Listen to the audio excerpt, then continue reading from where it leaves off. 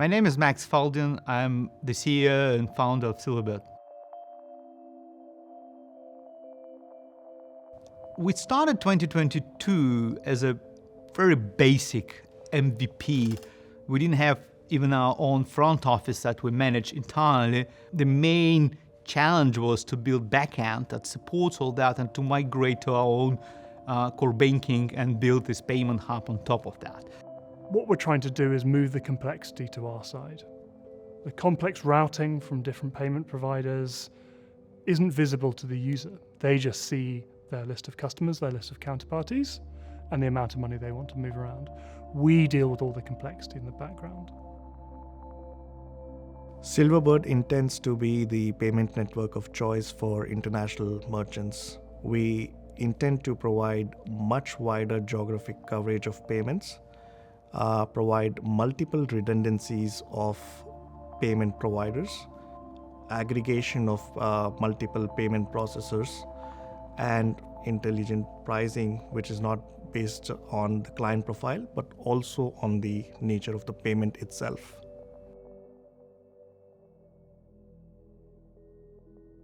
At the very beginning, I realized that there's two different approach to the product. One is very much centralized product decision making. Typically, it's a founder who makes the decision, and in this case, product managers really becomes program managers or project managers. On the other side of spectrum, you have very decentralized decision making where product managers actually make the decisions. And then I developed gradually over time my own product organization philosophy, if I may say. We need not only build a product-driven company, but we also need to make it customer-centric. Because in this way, your product people not only look for the founder, for the vision, but mostly they look for the customers as a source of learning and make those solutions work for customers first and foremost.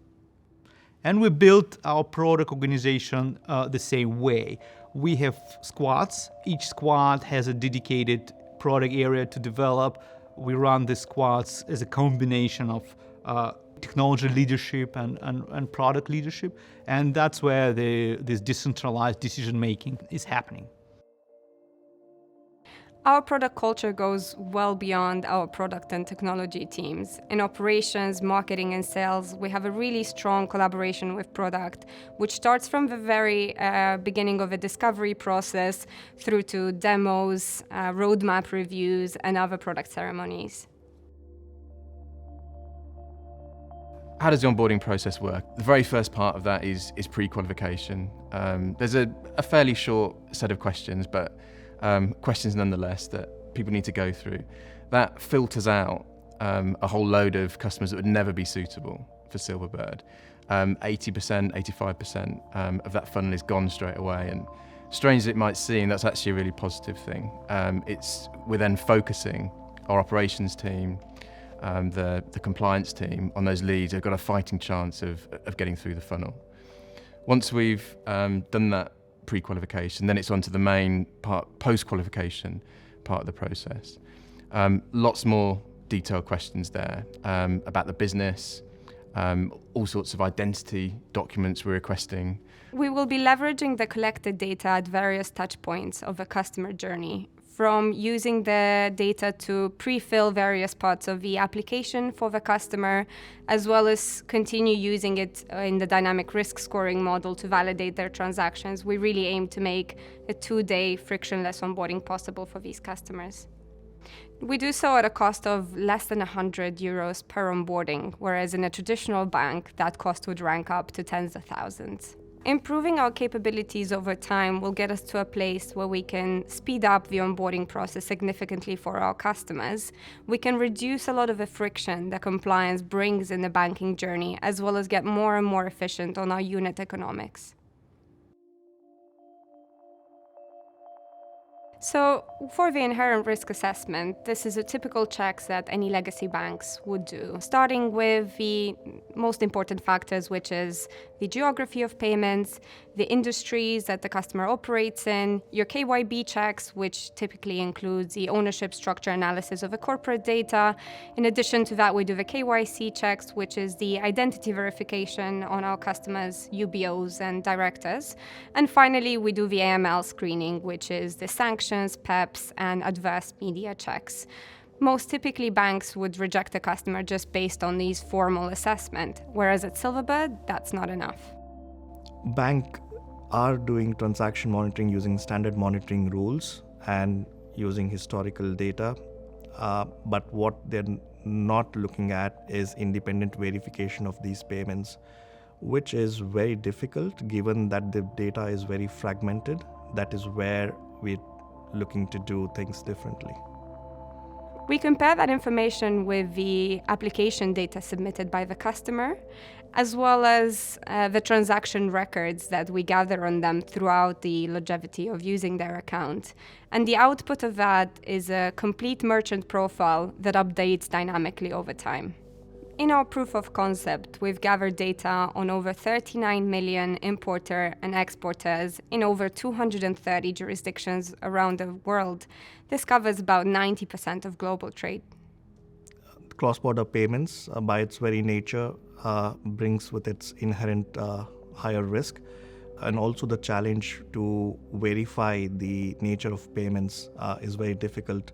The payments are made to different geographies, and it becomes imperative to make sure that we understand what specifically the payment is made for. Combining both the traditional transaction monitoring and the supply chain inputs from the supply chain engine, we are able to dynamically set up risk in an automated manner, which allows us to scale as the clients and transactions grow. We can determine what is typical activity and what's unusual to help us in the risk assessment itself. The result of that analysis is that the supply chain intelligence generates an automated risk score based on the highlighted risk factors. And as a next step, our compliance agents would pick up that information and conclude on a decision on this particular customer, which would be a positive one. A traditional bank wouldn't blink twice before rejecting this customer, whereas at Silverbird, we go to the extent of really getting an understanding of their supply chain and their activity, which allows us to make climate tech as well as millions of other trade SMEs across the globe bankable. We've added a little prompt, like an educational prompt, that guides the customer through the steps of funding an account. So that way we're really hand-holding them through the process and making it easy for them to know which steps to go through. 75% of our customers might have 2 or more businesses. So what that means is that if they onboard more than one business with us, they need a place to easily switch from one account to the next. Currently, some of our customers who have 2 businesses onboarded with us have to log out of each of their accounts to log back in, which is a huge waste of time. So what we're looking into doing is centralizing all of their accounts, and so they'll be able to switch from one account to the other super easily. They can choose from the 33 different currencies that we support, and they'll choose one of their currency account and choose the one that they wish to convert into. They'll input the money, the sum that they wish to exchange, and then we'll calculate the exchange fee automatically, and then they'll agree on the exchange. Once they've agreed to the conversion, we'll make the conversion immediately in a matter of seconds, and then they will see the money added to their new currency accounts. We've tried to maximize the number of integration options we have available. Different payment providers have different ways of interacting with banking services such as us, and we want to have an ambivalent integration layer. If we're going to be able to serve international merchants, support lots of cross-border trade, we need the maximum geographic reach possible. As a result, we work with multiple payment providers, trying to get a best-of-all approach. So where certain payment providers have strengths, we utilize that, whilst also making sure that the experience is very seamless for the end user. Firstly, we built proprietary architecture that's modular in nature. That means we can add further payment providers, further banking providers as we need without having to rip the whole thing up from scratch. And then finally, we have an expandable data model, which future-proofs the solution, meaning we can add further payment providers which might have different data models in the future. We are going to introduce cards towards the end of the year. We're going to introduce first mobile product towards the end of the year. We really want to nail down our solutions for the main pain points, which is cross-border payments and in particularly high-value cross-border payments. We'll introduce the phase 2, which is non-payment financial product. That's all sorts of financial risk products like trade finance, forward contracts. Our merchants, they don't have access to forward contracts in the FX and they need. We will build marketplace essentially and take brokerage, take some commission on that, but we will provide our customers with this suite of all these choices on top of payment rails that we've been building so far.